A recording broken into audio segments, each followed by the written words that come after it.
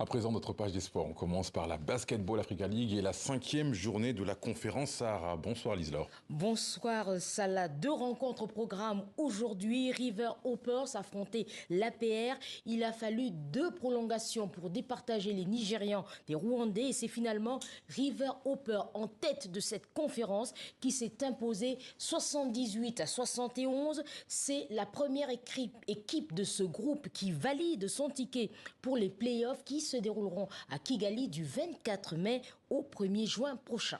Et dans la deuxième rencontre de la journée, nouvelle défaite pour les Sénégalais de l'AS Douanes. Oui, les Tunisiens de l'US Monastir ne se sont pas fait surprendre comme lors de la deuxième journée. À la mi-temps, ils menaient 48-35. Les Gabelous, qui pouvaient espérer une qualification ce soir, se sont finalement inclinés 75-69. Une troisième défaite, la 6e journée demain, décidera du sort des Sénégalais qui affronteront l'armée patriotique rwandaise. Football, en Arabie Saoudite, on a 2 Africains qui ont été sacrés champions. Oui, 2 lions. Un de la Teranga, le capitaine du Sénégal, Khalidou Koulibaly, et l'autre de l'Atlas, le gardien Yassine Bounou, sont avec Al Hilal, le champion d'Arabie Saoudite, à 3 journées de la fin de la Saudi Pro League. Les Bleus et Blancs de Riyad n'ont laissé aucune chance à la lanterne rouge du championnat. Le club d'Al Azem, battu 4-1. Al Hilal décroche son 19e titre national. Écoutez la brève joie du capitaine du Sénégal. Salam alaikum.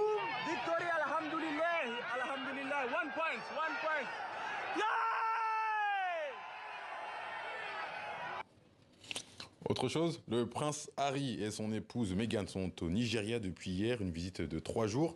Le duc de Sussex a participé à une partie de volley pour promouvoir les Jeux Invictus. Effectivement, alors pour ceux qui ne connaissent pas ces Jeux, je rappelle que ces Jeux sont une compétition sportive internationale que le prince Harry avait lui-même créée en 2014. Cette compétition réunit les vétérans et les soldats de guerre blessés ainsi que des personnes en situation de handicap. Le Nigeria est membre de ces Jeux depuis 2022. L'objectif, sensibiliser le public sur la santé mentale. Alors le prince Harry a disputé assis, comme vous le voyez, une partie de volley avec son équipe dans laquelle jouait Peacemaker Agzuboulam, un ancien soldat qui a perdu une jambe en combattant au front le groupe Boko Haram. L'année dernière, aux Jeux Invictus qui se déroulaient en Allemagne, Peacemaker Agzuboulam s'était distingué en devenant le premier Africain à remporter une médaille d'or. La visite du prince Harry et de son épouse au Nigeria devrait s'achever demain. Merci beaucoup Lise-Laure, on se retrouve demain. À demain.